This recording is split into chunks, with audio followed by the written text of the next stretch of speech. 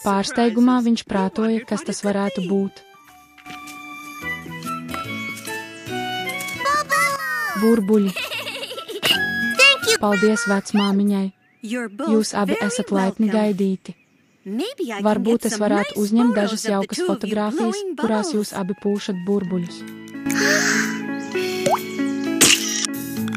Tāpat kā šī roze, tev ir jāpūš.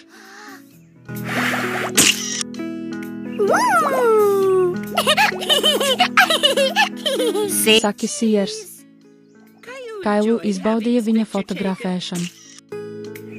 Viņam īpaši patika redzēt attēlu pēc tam. Vai es to varu redzēt, vecmāmiņu, protams? Kas tā par vecmāmiņu? Vecmāmiņ, tas ir trusītis, tātad tas ir tas blēdis, kurš ēd manus salātus, vai es, lūdzu, varu nofotografēt trusi. Lūdzu, es gribu to parādīt mammai, kad viņa atnāks mums pakaļ.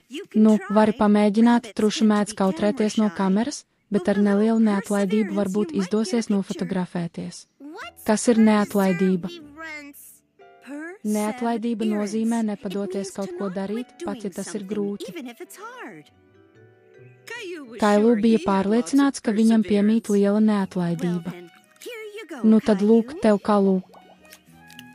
Es apsolu būt uzmanīga, vecmāmiņ.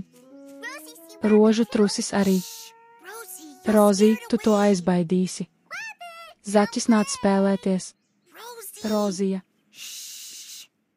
Truši baidās no skaļām skaņām, Rozī, tāpēc, ja jūs ar Kailu vēlaties izkļūt no šķūņa apakšas, jums būs jābūt ļoti klusiem.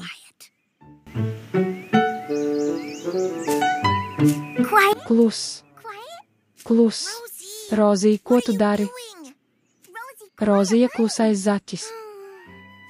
Kailu sāka dusmoties uz savu mazo trusīšu māsiņu. Viņš zināja, ka trusītis neiznāks ārā, ja viņa